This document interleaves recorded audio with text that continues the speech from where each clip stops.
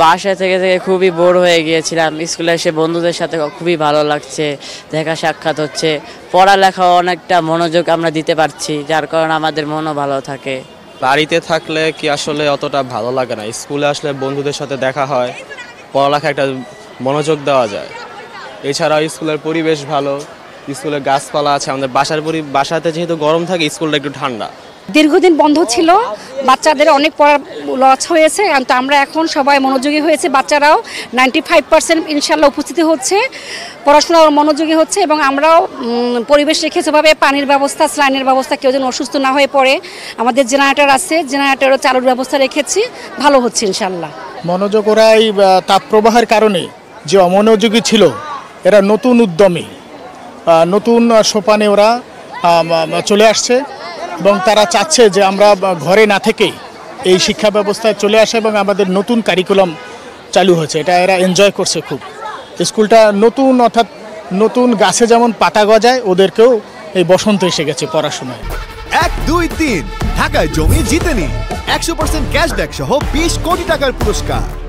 আমরা সরকারি নির্দেশনা অনুযায়ী আমাদের প্রতিষ্ঠানের সামগ্রিক কার্যক্রম পরিচালনা করছি।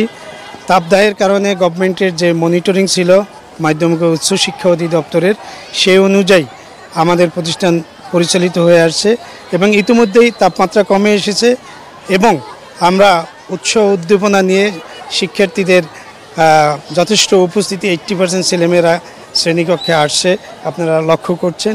আমরা শ্রেণী কার্যক্রম পরিচালনা করছি।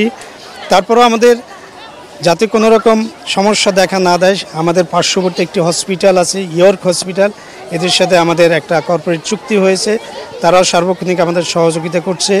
বিভিন্ন ফ্লোরে আমরা পানীয় জলের ব্যবস্থা রাখছি, এবং ছাত্রছাত্রী অভিভাবকদেরকে সতর্ক করছি যাতে করে তারা পর্যাপ্ত পানীয় জলের ব্যবস্থা এবং শরবত, অন্যান্য গরমের হাত থেকে নিজেদেরকে সুন্দর রাখার জন্য তারা সতর্ক থাকে।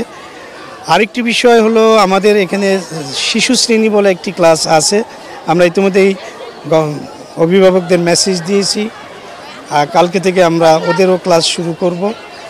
আর আমি আজকে বিভিন্ন ক্লাসে আমাদের শিক্ষার্থীদের সাথে কথা বলেছি, ওরা স্কুলে আসতে পেরে যথেষ্ট আনন্দিত, এবং 4-5 দিনের ছুটির কারণে